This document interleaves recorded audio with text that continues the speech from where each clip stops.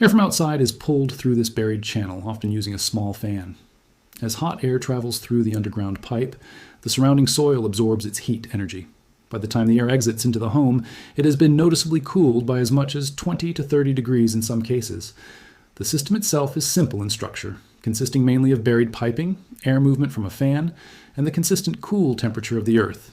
In many designs, the fan can be powered by a small solar setup, allowing the system to function independently from the electrical grid. However, there is a practical challenge. When warm, humid air passes through a cold underground pipe, moisture naturally condenses on the inner surfaces. This is similar to how water droplets form on a cold drink glass in warm weather. Over time, this condensation can accumulate inside the pipe. Excess moisture inside the system can reduce efficiency and may also encourage microbial growth, including mold, which can pose health concerns. Because of this, managing humidity becomes essential for proper operation. To address this, engineers often introduce a drying stage before air enters the cooling pipe. In situations where passive drainage is not enough, a desiccant-based approach is used to reduce moisture in the airflow. One of the most accessible materials for this purpose is salt, specifically calcium chloride, which has strong moisture-absorbing properties. In this role, salt is not responsible for cooling the air. The earth provides the cooling effect. Salt simply removes excess humidity so the air can pass through the system more cleanly and the pipe remains dry and efficient. The system therefore operates through two distinct natural processes working together. First is the ground itself, which provides the cooling effect. Second is the moisture control element, which ensures the system remains functional. The cooling process is governed by a basic physical rule. Heat always transfers from a warmer region to a cooler one.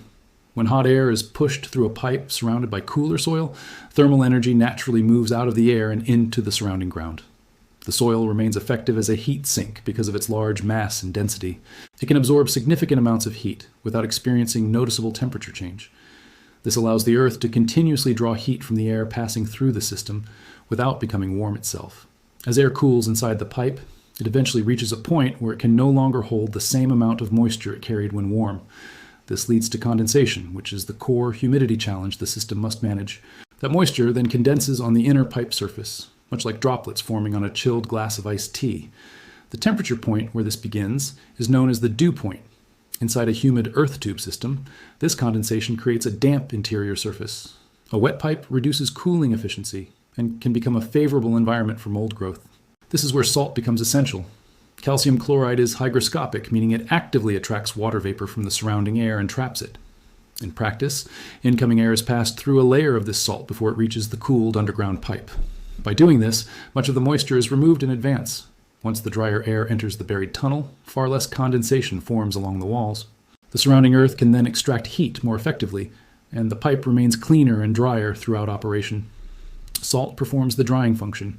The earth performs the cooling function. A small fan provides airflow. These three elements work in sequence as a single system. The measurable performance of the system is significant. A properly constructed earth tube can reduce incoming air temperature by at least 10 degrees Fahrenheit, and in many cases up to 20 degrees Fahrenheit. This means that when outdoor air reaches 98 degrees, indoor air can drop to around 78 degrees or lower. In dry environments where humidity is minimal, the cooling effect can increase further, reaching reductions of 25 to 30 degrees Fahrenheit. Air entering at 98 degrees can exit in the 70s, and in very dry climates, even lower temperatures are possible. What makes this possible is that the system requires almost no energy input. The earth tube itself can function for the full lifespan of a building, with some installations operating for more than 25 years without failure. It uses no electricity for cooling. It can fully or partially replace traditional swamp coolers or even full air conditioning systems in suitable environments. The only energy requirement is a small fan to move air through the pipe, and even that can be powered by a solar panel, removing it from the electrical grid entirely. The cooling effect itself is effectively free in operation. The use of salt is not an invention for presentation purposes. It is a documented engineering response to a known problem. When earth tubes operate in humid conditions, professional designs often include a moisture control stage. If passive drainage is insufficient, a desiccant system is used to treat the incoming airstream before cooling. Salt-based drying systems are among the recognized solutions for controlling humidity in earth tube applications. An additional benefit emerges from this process. The system does not only reduce temperature, it also lowers humidity. During summer operation, earth tubes can both cool incoming air and remove moisture at the same time. This produces air that is both cooler and drier, delivered with minimal operating cost. It is important to remain precise about performance. Typical systems achieve a temperature reduction of 10 to 20 degrees Fahrenheit. The higher reductions, reaching up to 30 degrees, occur only under optimal dry conditions and are not guaranteed in every installation. Although operating costs are extremely low, construction requires real investment. Installing buried pipe systems involves excavation, materials, and proper design. This is not a low-cost plug-in device. There are also environmental constraints. A functional earth tube system requires suitable ground conditions. Certain locations cannot support it effectively. These include areas with shallow bedrock, high groundwater levels, or insufficient space for installation. If solid rock is encountered at shallow depth or if water tables are too high, the system may not be feasible. Climate also plays a critical role. In hot and highly humid regions, earth tube performance decreases significantly. In such environments, ground temperature may be close to comfort levels already, reducing the potential cooling difference. While salt improves performance by reducing humidity, it does not fully overcome the limitations of swamp-like climates. Maintenance considerations are also required. The salt-based drying material becomes saturated over time and must be regenerated or dried again to remain effective. Additionally, proper drainage design is essential. Pipes must be installed with a slope so that condensed water can exit the system. Without drainage, moisture accumulation can lead to the same mold risks the system is designed to prevent. These limitations do not negate functionality. Earth tube systems have operated successfully for more than 25 years in real-world conditions. However, they are structural systems, not simple consumer devices. Despite their effectiveness, such systems remain uncommon. One key reason lies in practical economics. The cooling source is the ground itself, which is freely available to homeowners. The drying material, salt, is inexpensive and reusable after regeneration. Once the system is installed, the cooling process itself requires no metered electrical power for the entire remaining lifespan of the structure. The only energy draw is limited to air movement, and in many configurations, even that can be eliminated from the utility grid entirely. From the perspective of the air conditioning sector and electrical utilities, there is no commercial value to extract from this process. There is no compressor to manufacture, no refrigerant to supply, no maintenance contract to renew, and no ongoing electricity consumption to measure. The cooling mechanism does not generate recurring revenue. It eliminates it. The materials involved, including earth and salt, are already widely available and not proprietary.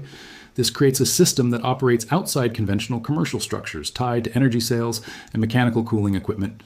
At the same time, building regulations present another barrier. Most modern building codes are designed around mechanical air conditioning systems, sealed units, and duct-based distribution networks. These are the only cooling methods that are consistently recognized within standard regulatory frameworks. When a design proposes a buried ground-based cooling pipe system, it often encounters regulatory uncertainty. Many inspection systems do not include defined categories for such installations. As a result, approvals become unclear or inconsistent, which discourages widespread adoption. The system that can eliminate a household electricity cooling bill often exists in a regulatory gap where it is not easily classified. Outside of regulated construction environments, however, such systems are already in use. Off-grid builders, earthship projects, and passive house designers continue to implement these cooling methods. In those environments, there is less reliance on commercial approval structures, allowing long-term operation without external constraints. These systems have been functioning for decades, demonstrating stable performance in practical applications. For those considering construction, the design begins with the earth tube itself. A trench is excavated several feet below the surface, reaching depths where soil temperature remains stable year-round. Greater depth generally improves performance due to increased thermal consistency. Inside the trench, smooth-walled piping is installed. Smooth pipe is preferred because it reduces moisture retention, limits condensation buildup, and lowers the risk of mold formation compared to corrugated alternatives. Longer pipe runs increase contact with the surrounding soil, improving heat exchange and overall cooling efficiency. The pipe is also installed with a downward slope so that any condensation can drain out naturally. This prevents moisture accumulation inside the system. Air is moved through the pipe using a fan placed at the intake point. In many designs, a small solar-powered fan is used so that the system operates independently of the electrical grid, without drawing power from household meters. Before air enters the underground pipe, it passes through a salt-based drying stage. This chamber contains calcium chloride, commonly available as ice melt material. The incoming air flows through this desiccant layer, where moisture is extracted. Once dried, the air continues into the buried tube.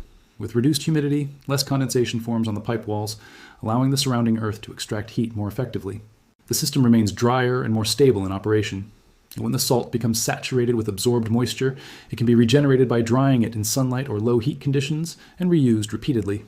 Air intake is typically placed in an elevated and filtered position to capture the cleanest and driest available air.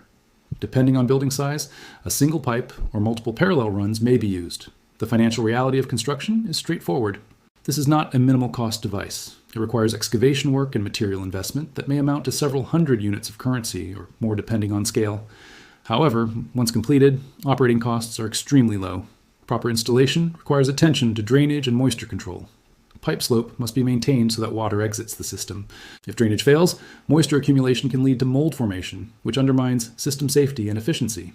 The salt stage also requires careful containment to prevent corrosive liquid byproducts from damaging nearby metal components. System suitability depends heavily on site conditions. It is best suited for locations where soil can be excavated easily and where stable ground temperatures can be reached. It performs most effectively in dry to moderate climates, where thermal contrast between air and ground is greatest. In these environments, the system can deliver cool and dry air throughout the entire lifespan of a home. In more humid regions, the salt-based drying stage improves performance by reducing moisture before cooling. However, in extremely hot and swamp-like climates, effectiveness decreases because both soil temperature and humidity remain high. Even with desiccant assistance, these environments present structural limitations that reduce overall performance. Salt must also be maintained. Once saturated, it must be regenerated to continue functioning effectively. Performance claims of up to 30 degrees Fahrenheit of cooling represent optimal dry conditions and should not be interpreted as universal results across all environments. Despite its limitations, the system has proven durable in long-term real-world use. Installations have operated successfully for more than 25 years without mechanical failure. The rarity of the system is not due to technical failure. It continues to function effectively where conditions allow. Its limited adoption is instead tied to structural and economic systems that favor conventional mechanical cooling. There is no built-in commercial incentive to promote cooling methods that rely on freely available ground temperature and reusable materials such as salt. At the same time, existing building codes were not originally designed to accommodate this form of passive thermal regulation. As a result, it remains outside mainstream adoption pathways. The result is a system that exists, functions, and persists, but remains uncommon despite its long operational history. Call to action. Explore further methods of passive cooling and independent home energy systems to better understand alternative approaches to residential climate control. Please leave your thoughts about this content in the comments below. Thanks for watching. See you in the next one.